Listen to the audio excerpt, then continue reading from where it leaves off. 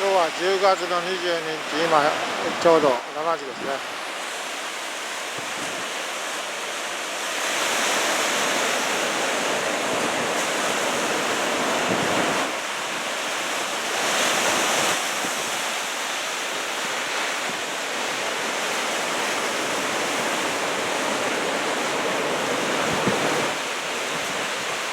昨日より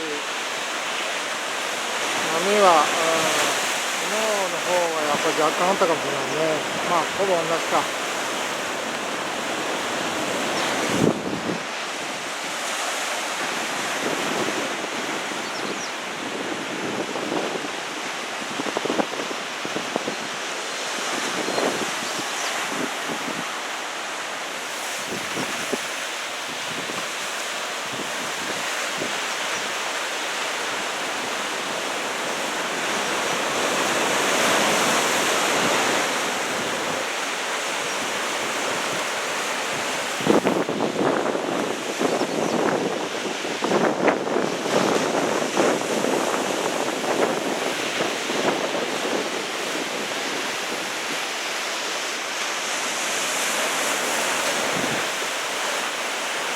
まあぜひ昨日と同じぐらい好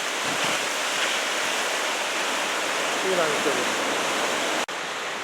そういう場合ですね。チリの方ではまあ若干安いけど、この正面で大体、30